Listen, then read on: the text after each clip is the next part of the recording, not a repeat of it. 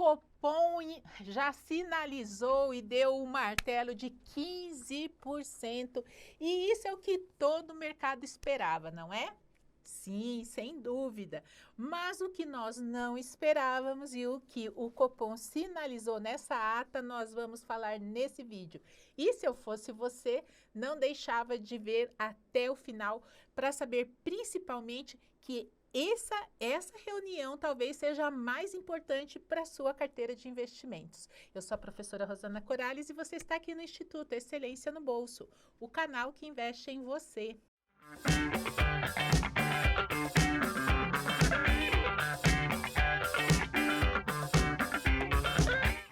Tá chegando aqui a primeira vez? Não esqueça de ativar aquele sininho das notificações aqui e também deixar o like depois, né? E fazer aquele comentário que eu quero saber como que anda as carteiras sua.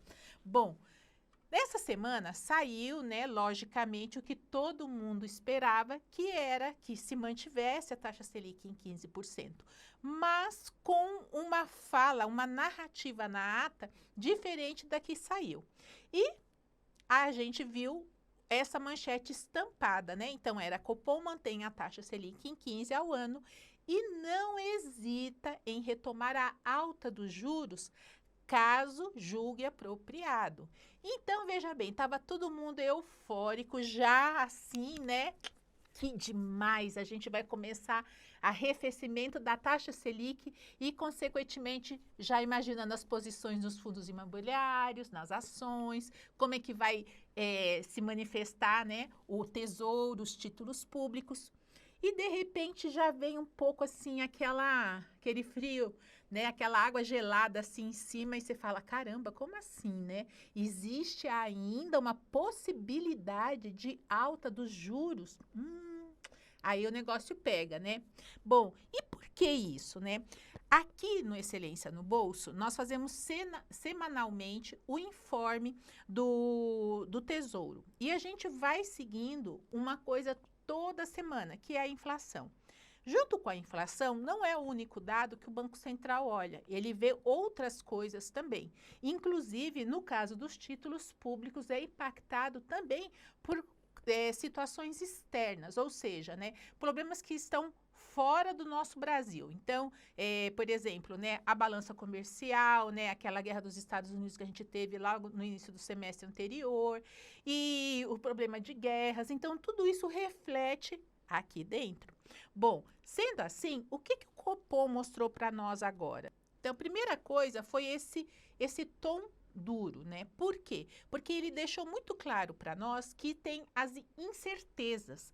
Apesar que nós estarmos vendo de semana a semana, né, diminuindo, arrefecendo, né, chegando a inflação na meta que o Banco Central colocou, por outro lado, nós ainda vemos em alguns nós, né, que eu digo Banco Central, ele sinaliza que existe alguns outros âmbitos que não é bem assim.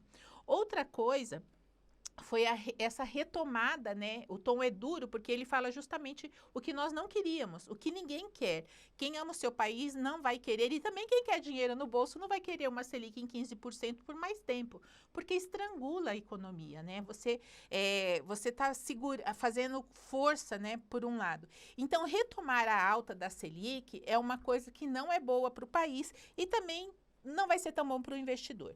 E na relação externa, ou seja, o comércio dos Estados Unidos. E agora, para piorar esses dias, né, nós estamos vendo essa briga também com a Venezuela. Então, já a invasão, né, um pouco assim, aquele assunto lá de você não passa aqui no meu espaço aéreo, né, ele chegando aqui no Golfo, então toda aquela história. E isso sinaliza as incertezas. Então, dentro dessa ata, né, o que a gente pôde ver, né? Então, a definição era amplamente antecipada por todos no mercado, os analistas de mercado, os economistas.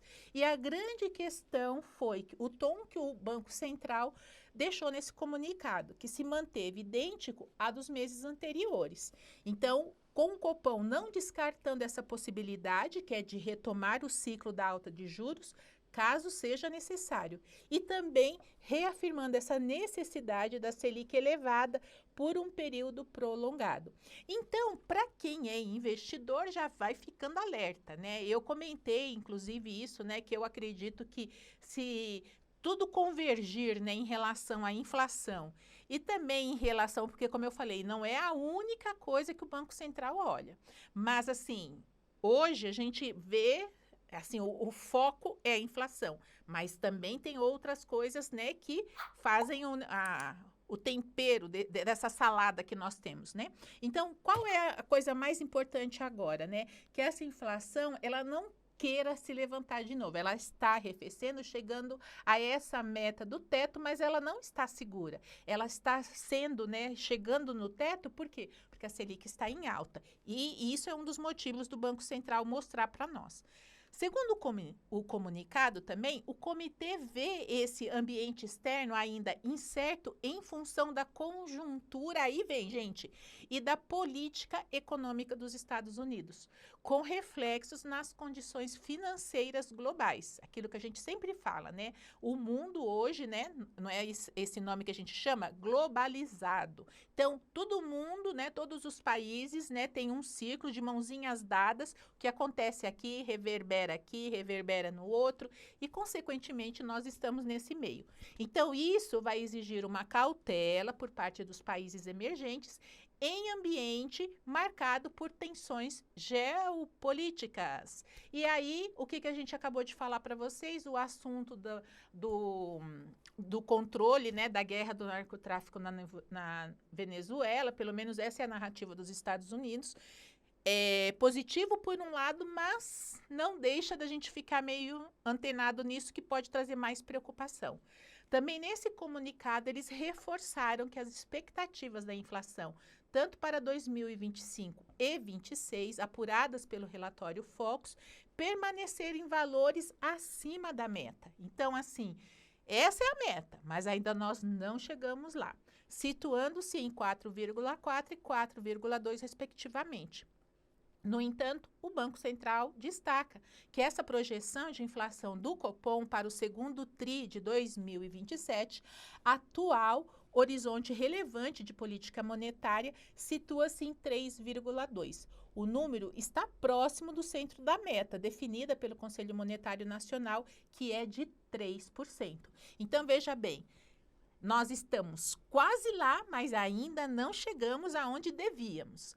Bom, agora, o mais importante, isso, vamos dizer, é uma análise bem objetiva do que foi esse último Copom de 2025. Mas aqui, vamos trazer esse resumo da ópera para você.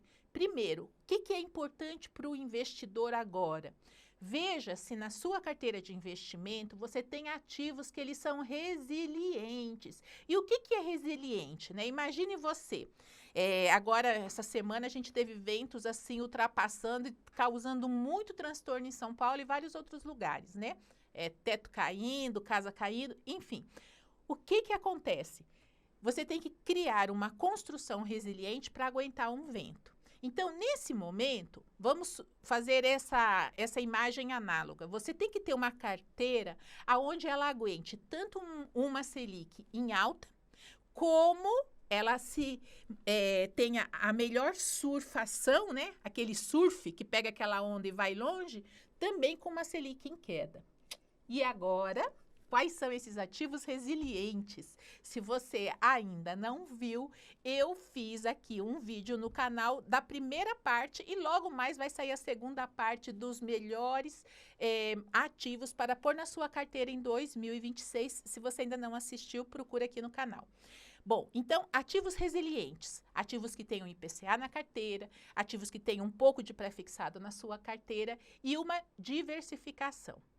Segunda coisa mais importante depois de ativos resilientes é que você tenha a construção da sua reserva de emergência. Opa, essa emergência apareceu com 2E. Desculpa aí, depois vamos corrigir. E também a sua reserva de oportunidade. Veja bem, Caso você aconteça alguma coisa nesses próximos meses, você tem que ter uma reserva que você se blinde. Ou seja, você tanto pode, vamos dizer, perder a sua fonte de trabalho e você vai ter a sua reserva que te cobre. Como também você pode ter uma reserva de oportunidade, que é para que quando apareça um ativo que esteja muito reluzente, opa, esse é o momento de eu usar minha reserva de oportunidade e aproveitar. E uma das coisas que não pode esquecer, você já deixou o like aqui do vídeo? Não deixou? Então, por favor, aí, ó, deixa o like.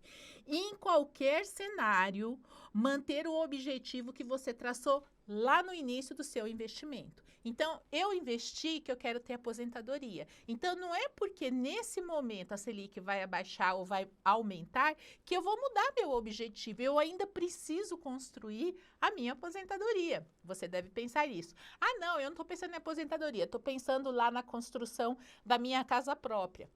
Vale a mesma coisa, você não muda o seu objetivo no meio do caminho, ele tem que ser traçado antes. Bom, e se você só quer ganhar dinheiro, lembre-se sempre que o cenário pode mudar, o que não pode mudar é o seu foco no investimento. Porque se você mudar o foco, você é quase certo que nesse desalinhar do foco, você perca um pouco daqueles juros que você está querendo colocar no seu bolso. Espero que este conteúdo tenha servido para você e até a próxima. Valeu!